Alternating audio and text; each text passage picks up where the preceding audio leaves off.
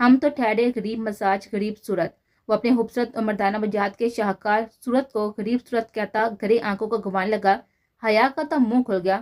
ہائے ہائے، ایسا تو میں ہوا پہ بھی نہیں سوچ سکتی. سائیں، آپ تو میرے سر کے سائیں ہیں، میرے شریکہ حیات، میرے سرتاج ہیں. وہ فل بی بی بن گئے. اچھا، تو پھر ایسا تو کبھی نہ ہوا کہ سر درد کرتی اپنے سر کے سائن کے لیے ایک کپ چائے ہی بنا دی ہو. وہ اسے اپنے ہسا میں لے کر ٹیرس پر آیا. آپ صرف حکم کریں سائی. مدر ماں نے فل پٹیاں پڑھا کر بھیجا ہے. وہ بالو جھٹک کر ایک ادا سے بولی. وہ ہنس دیا. مثلاً کیسی پٹیاں؟ تھوڑی سی اس کے چہرے کو اوپر کر کے محبت سے پوچھا. یہی کہ آپ میرے شوہر ہیں اور مجھے آپ کی خدمت کرنی چاہیے. اس سے مجھے ثواب ملے گا اور پھر جنت میں بھی میں آپ کے سر پر سوار رہوں گی. اور 70 حوریں جو آپ کو ملیں گی نا، انہیں گنجا کر کے بگاؤں گی کہ ہیرو صرف میرا ہے. وہ اس کا کالر ٹھیک کرتی ہور لفظ کو چبا کر باقی کی پلاننگ میٹھی انداز میں بولنے لگے کہ وہ کیا کا لگا اٹھا. ہاں ہاں ہاں، لڑکی پتہ نہیں کب سنجیدہ ہو گئی. وہ اس کی ناک دبا کر ہنسا، پھر کچھ حیا لانے پر اس کی جانب رازداری انداز میں جھکا. کیا سچ تم میری خدمت کرو گی اب؟ اس کی کمر کی گرد مضبوط ہاسڑا باندھ کر شرارت میں نے ہیزی سے سرگوشی میں پوچھا. ہاں کیوں نہیں؟ بکھلا کر کہتی اسے چہرے کو دور کرنے لگے. سوچ لو میری جان، ایسا نہ ہی یہی لفظ باری پڑ جائے. ایسا نہ ہو یہی لفظ باری پڑ جائے. ہاں ہاں ہاں، لفظ کیا مجھے بار بار باری پڑے، میں خود سبا باری ہوں. مثال اپنی رکھ لے. وہ اس کے حساب میں کیا کھلکھلا کر ہنسنے لگی، جیسے اپنے لفظوں کو خود ہی انجوائے کر رہی ہو. ٹھیک ہے میری جان، دیکھیں گے. اس کے گال پر اپنی محبت پڑی ہوئی چھاپ چھوڑتا ہوا رو میں آ گیا اور پیچھے وہ سورج چلا شرمندہ سے کھڑی رہی تھی. وہ کافی مصروف تھا. مینیجر نے گدارے پر کافی کچھ نقصان کر لیا تھا اور اس برانچ کی جڑیں کھوکھلی کرنا چاہتا تھا. پر شکر ہے کہ صحیح ٹائم پر انہیں ہوش آ گیا تھا. صبح سفیان کو ساری رپورٹ دی تھی اور سارا دن گن چکر بنا رہا، جس کی وجہ سے شدید سر درد ہو رہا تھا. پر جب گھر آ کر نظریں اس پر پڑی، روح تک سکون پھیل گیا اس کے دمکتے ہوئے چاکتے ہوئے چہرے کو دیکھ کر، اور باتیں موڈ فریش کر دیتی تھی. سو اب پھر سے لیپ ٹاپ لے کر بیٹھ گیا. سنیے جی، یہ لیں. اداب سے ٹرے میں کپ رکھ کر سامنے حاضر ہوئی اور مصطفیٰ نے چونکا اس سگر فرمانبردار بیوی کو دیکھا. سر پر ریڈ کلر کا دوپٹہ سلیقے سے ٹکائے، لان کے پرنٹڈ خوبصورت سے شلوار کرتے میں نظریں جھکائے بہترین بیوی بنے ہوئے تھے. پر افسوس، یہ سب صرف ایک اچانک پڑنے والے ایکٹنگ کا دورہ تھا. ایک تو مجھے مووی دیکھنے کی ضرورت نہیں پڑتی، گھر میں چلتا پھرتا نمونہ موجود ہے. اس کے ہاتھ سے کپ لے کر ساتھ ہی اسے بھی بٹھایا. اور پھر ایک آپ اور ایک آپ کی سرو طبیعت. کوئی مذاق کروں تو تھوڑی دیر کھی کریں گے، بعد میں وہی نمک کا پیکٹ. وہ ناک چڑھا کر ہفکے سے بولی. اوف، اتنی شکایتیں. مجھے دلے سرخ لب مسکرائے. لیپ ٹاپ سیپا کرتا پورا اس کی طرف متوجہ ہوا، جس کا چہرہ پھولا ہوا تھا. او نہیں تو کیا، کہیں گھومنے شومنے چلیں؟ پر نہیں، یہاں تو بورڈ صاف کلین ہے. وہ مسکراتا ہوا چائے کے کون پڑتا چوڑیوں سے بڑے ہوئے ہاتھ نچان چا کر کہتی اس کی معصوم ادائیں دیکھنے لگا. میری جان، بہت کچھ لکھا ہے بورڈ پر، اب توجہ تو فرمائے. وہ محمول لہجے میں کہتا کپڑا کر اس کا ہاتھ پکڑ لیا. حیا اس کے بدلے انداز پر بکھلا سے گئی جو اس کی چوڑیوں سے چھیڑ چھیڑ کر رہا تھا. تم نے کہا کہ میری خدمت کرو گی؟ ہاں. اس کی آنکھوں میں دیتا جس بات سے چوڑ لہجے میں پوچھتا چوڑیوں سے بڑی ہوئی دونوں کرائیوں پر لب رکھ دیا. حیا کی سانسیں تھم گئی، چہرہ شرم سے سرخ پڑ گیا. وہ اس کی شرارت پر اب دیدہ نظریں دیکھ کر اس نے بولنا مشکل ہو گیا تھا. وہ کچن میں بلی گھس گئی ہے.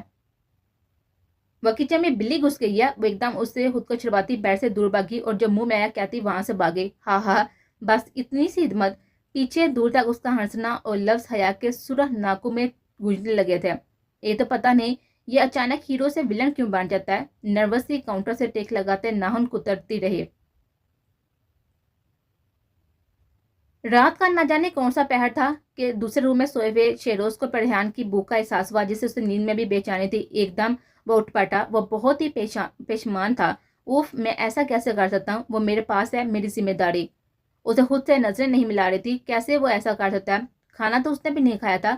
صبح بیوی کی موجودگی کی وجہ سے وہ بہت ہی تھک گیا تھا، اس لیے بیٹھے بیٹھے کب نیند آ گئی پتہ نہ لگا. وہ جلد سے بستر چھوڑ کر کچن کی طرف بھاگا. اپنا بستر وہ دوسرے روم میں سر کر چکا تھا جہاں پر اس کا جم تھا. اس کے ساتھ ایک روم میں سونے کا وہ تصور بھی نہیں کر سکتا تھا. ایک تو جذباتی عورت تھی، دوسرا اپنی بلیک بیلٹ کیڑے دار ہاتھوں پاؤں سے مجبور ہو کر سوتے ہوئے ہی حلال کر جائے پتہ ہی نہ لگے. وہ جلدی سے کچن میں گیا، وہاں سے کھانا گرم کر ٹرے میں رکھ کر اس کے روم میں آیا تو ویسی پڑتی. شیروز کی آنکھوں میں کچی نیند کے سرخ ڈورے تھے. پریحان کا سر لڑک کر کاندھے پر آ گیا تھا، جیسے بیٹھے بیٹھے سو گئی ہو. اور وہ شرمندہ ہونے لگا اپنے پرداؤ پر. اسے یوں ہاتھ نہیں اٹھانا چاہیے تھا. کچھ بھی تھا، وہ اس کی فرسٹ کزن تھی اور اب بگڑی ہوئی منکوہا.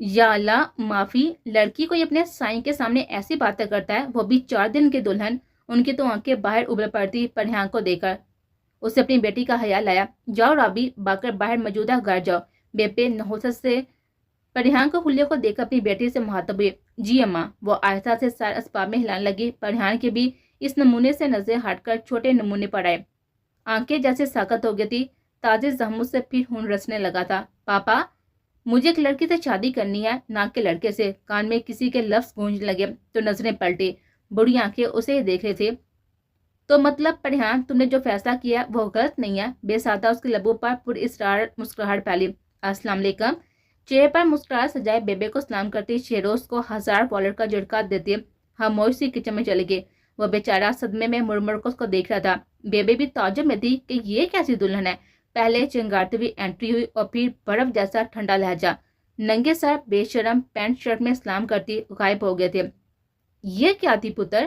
تیز ترار بیبے کے بھی حواس گم تھے. کچھ بیبے ایسی ہی ہے میری دلہن. وہ آ بار کر بولا. آپ کے لیے یہی کافی ہے. مجھے تو آگے کھائی دکھائی دے رہی ہے جس میں میڈکیاں ہی میڈکیاں. اللہ سا بہتر کرتا ہے, صدمے کی کیفیت سے کہتا ہوا اٹھا.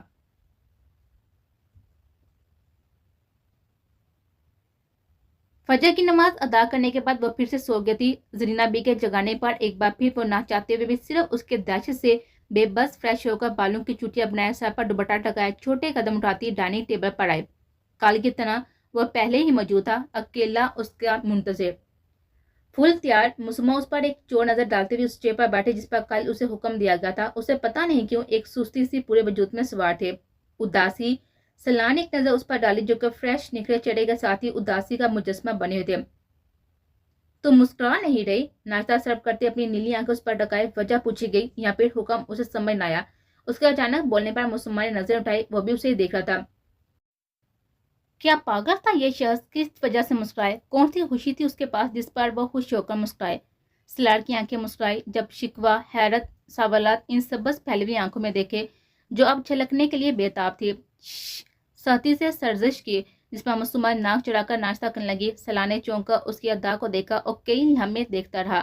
پہلے کتنا مشکل ہوتا تھا دیکھنا, پر اب وہ سامنے بیٹھے تھے حقیقت کے روپ میں. اس کے بخلاہٹ محسوس کرتا خود بھی اپنے ناشتے کی جانب متوجہ ہوا. ماحول میں سکوت چھایا ہوا تھا. لانچ میں بیٹھو, بات کرنی ہے. اسے اٹھتا دیکھ کر نیپکن سے ہاتھ صاف کرتے ہوئے سخت لہجے میں بولا, جیسے کوئی گنجائش نہیں نہ کرنے کی. اس کی بار بار مسمہ فقط چہرے سے کھڑی رہی, ہاتھ مسلتی. جاؤ. میکی سے کوٹ لیتا ہوا ناگوار لہجے میں سختی سے لفظ پر زور دیا اور وہ ہڑبڑا گئے. سلار کی آنکھوں میں غصہ دیکھ کر وہ من بڑھ قدم اٹھاتی لانچ میں آئی. ناچار منہ پھیلائے بیٹھ گئی. لاشعوری طور پر اس کے سارے حواس سلار کی بات کی طرف تھے کہ کیا کہنا چاہتا ہے. زرینہ بی کے رویے سے اس نے یہی آس کیا تھا کہ مصیبت میں کوئی کسی کا نہیں ہے. جس طرح وہ اسے باہر لا کر اس شخص کے سکنجے میں اکیلا چھوڑ جاتی تھی, اس سب سے تو یہی نکلا تھا. اتنی اسے مشکور تھی کہ اس نے جان لیوا ڈر اس کے اندر سے نکالا تھا اور باہر لا کر سانس لینے پر مجبور کیا. تب اس وقت سلار کی دہشت کے علاوہ ہر طرح سے محفوظ تھی. یہاں صرف اسے زرینہ بھی, میکی اور سلار کے علاوہ کوئی نہیں تھا. میم, سر نے کہا ہے کہ 2 منٹ ویٹ کریں. وہ جو سوچوں میں گم تھی اچانک لڑکی کی اردو آواز پر اچھل پڑے اور آنکھیں پھاڑے مسکراتی ہوئی میکی کو دیکھنے لگی. وہ بہت ہی خوبصورت لڑکے تھے. ہاں اوکے. اسے سمجھ نہ آیا کہ کیا بولے. دماغ پر دھماکہ ہوا اور پھر لڑکی کو دیکھنے لگی. میں کہاں ہوں؟ میرا مطلب ہم سب کون سے شہر میں ہیں؟ وہ ہاتھ مروڑتی اس کے مقابلے کھڑی ہوئی سہمی ہوئی آواز میں پوچھنے لگی. اگر کبھی اپنے پاپا سے بات ہوئی تو اسے جگہ کا تو بتا سکے کہ وہ کہاں پر ہے. میکی اس اچانک حملے پر ہڑبڑا اٹھی تھی. مسمہ بھی پٹا پٹا اس کو دیکھ رہے تھے. بتاؤ. اس اونچی لمبی لڑکی کو گھبرائے پکھلائے دیکھ کر اس میں جیسے ہمت سی آ گئی تھی. تبھی گہرا سانس بھر کر کوئی سخت لہجے میں بولنے کی کوشش کرنے لگی, پر صدر کی بزدل زبان نہ چاہتے ہوئے بھی لڑکھڑا گئے. سنو, رکو. اسے بغیر جواب دیا جاتا دیکھ کر وہ بے بس چیخی. جواب دو ورنہ میں تمہارے سر سے شکایت کر. وہ اس کے پیچھے لپکنے لگی, پر اپنی چوٹیاں پیچھے کسی نے جکڑ رکھی تھی جسے اس کے قدم زمین پر جکڑ لیے. منہ پر جیسے تالے لگ گئے تھے. وہ بل کھا کر جیسے موڑی, اگلے ہی لمحے ایک چیخ کے ساتھ ہی مقابلے کے چوڑے سینے کا حصار بن گئے تھے. وہ کب آیا, اس کے پیچھے اس کی باتیں بھی سنی. اپنا انجام سوچ کر اس کے ساکہ سینے سے لگی ہوئی لذر رہے تھے. جو پوچھنا ہے مجھ سے پوچھو, میرے علاوہ کوئی جواب نہیں دے گا. مائی گرل.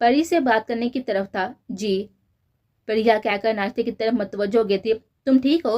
اس کا جی کہنا ہضم نہ ہوا تو مشکوک انداز میں تسلی چاہیے۔ جی ہاں، کیوں؟ وہ آئیبرو چکا کر مدم سا بولی۔ ہاں کچھ نہیں۔ وہ ساحل لا کر اس مریضہ کو دیکھ کر کاندھے اچکاتا ہوا کیپ پہن کر چلا گیا تھا۔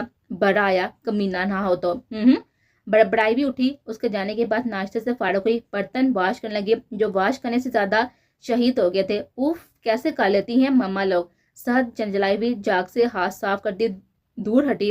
پر کچھ بھی ہو، چھوڑنے والی میں بھی نہیں۔ نال سے نکلتا پانی کچن میں پھیلنے لگا جسے جنجوگا بند کرتی برتن رکھنے لگے۔ اپنے مطابق وہ سگر بیوی کی طرح اس کا کام کر رہی تھی، بوجھ کم کرنا۔